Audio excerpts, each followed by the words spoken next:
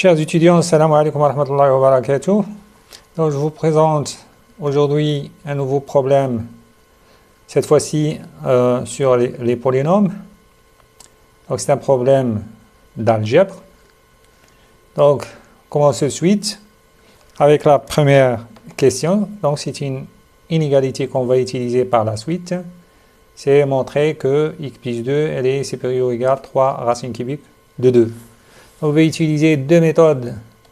La première, donc, elle est basée sur la moyenne arithmétique et la moyenne géométrique. Ça, c'est arithmétique mean, géométrique mean en anglais.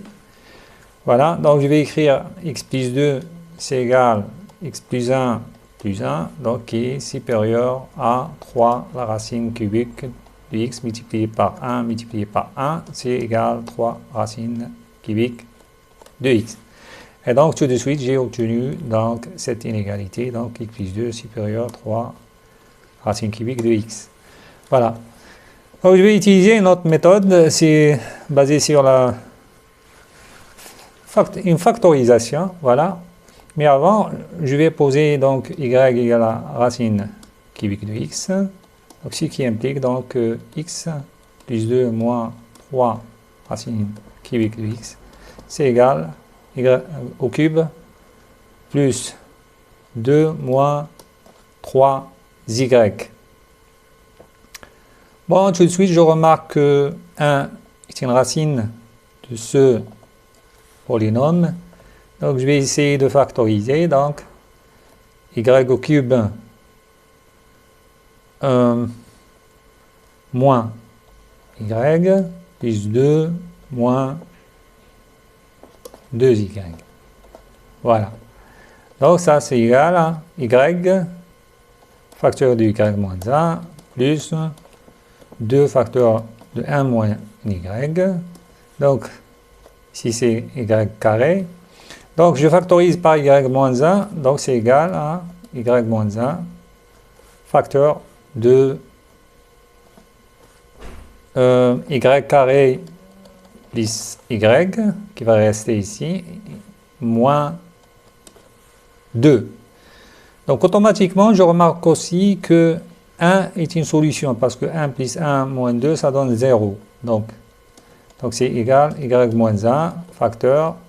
Ici, donc, puisque y moins 1, elle est divisible par ça, donc, pour obtenir y carré, je dois multiplier ce y par y. Et pour obtenir moins 2, je dois obtenir ce moins 1 par plus 2. Voilà. Donc, c'est égal à y moins 1 de tout au carré multiplié par y plus 2. Donc, ce qui implique donc que y au cube plus 2 moins 3 y, c'est égal à y moins 1 de tout au carré, facteur de y plus 2. Cette quantité-là, elle est positive puisque y elle est supérieure ou égale à 0. Et cette quantité, c'est un carré, donc c'est supérieur ou égal à 0. Donc, ce qui implique encore que x plus 2, elle est supérieure à 3 fois la racine cubique de x. Donc, on a montré de deux façons différentes cette inégalité. Maintenant, on va essayer de montrer que toutes les racines de p sont négatives. Voilà. Tout d'abord, il faut mettre l'accent sur les hypothèses. Qu'on a AK, par hypothèse, donc nous avons un polynôme à coefficient réel positif. Donc les AK sont supérieurs ou égaux à 0. Pour K égale 1 jusqu'à n-1. Puisque pour le n, nous avons le AN égale à 1 et le A0 c'est 1. Voilà. On a tout d'abord soit de alpha i, i égale à 1 jusqu'à n sont les racines de P. Donc tout d'abord, on a une première remarque, c'est que alpha i, elle est différente de 0, quel que soit pour i allant de 1 jusqu'à n. Pourquoi? Parce que si alpha i est égal à 0, donc parce que P de 0 c'est égal à 1. D'accord? Donc on ne peut pas avoir un alpha i égale 0.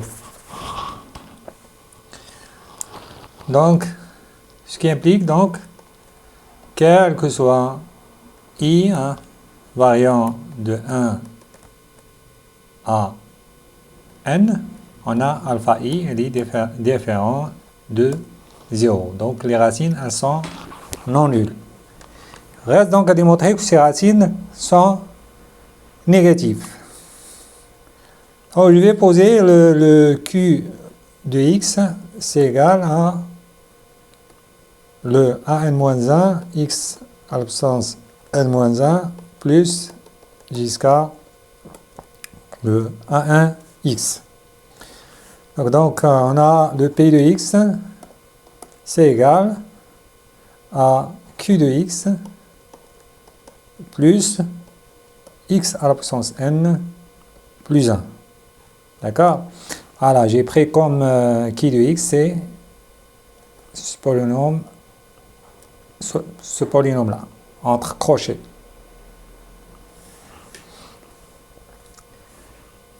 Et donc, on va raisonner par l'absurde et supposer que il existe un alpha i, un certain alpha, une racine alpha. Alpha, elle est strictement positive. Alpha strictement positif qui soit racine de P. Qui soit racine de P. Donc, on a tout d'abord le qui de alpha. Le qui de alpha qui est positif. Parce que le qui de alpha, car le qui de alpha, c'est égal à n-1 alpha à la puissance n-1 plus jusqu'à a1 alpha.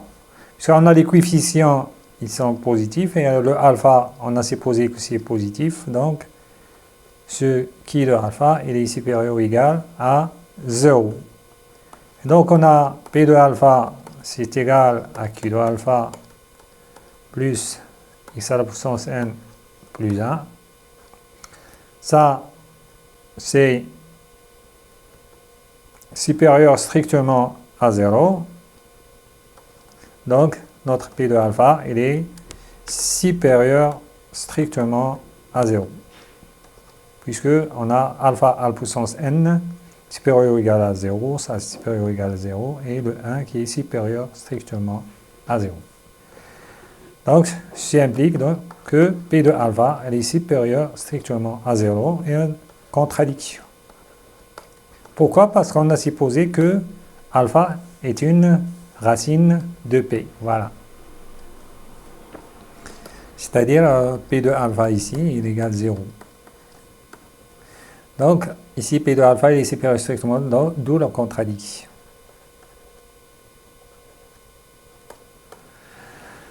Donc, toutes les racines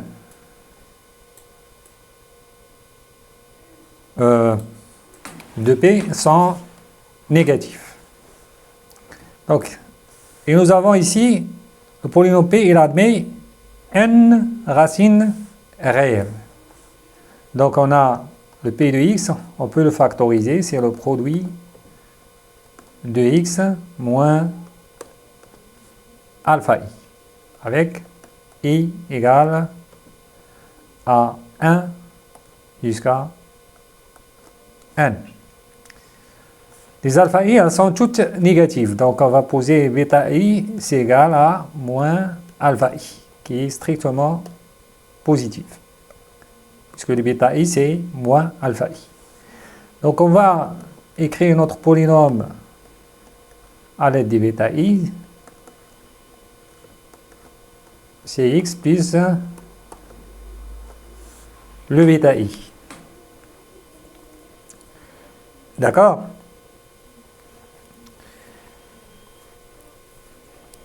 Maintenant, on va essayer de montrer que P de 2, elle est supérieure à 3 à la puissance n. Donc, on passe à la question 2. Donc, on va montrer que P de 2, elle est supérieure à 3 à la puissance n. Donc, c'est ce qu'on cherche à démontrer. Voilà.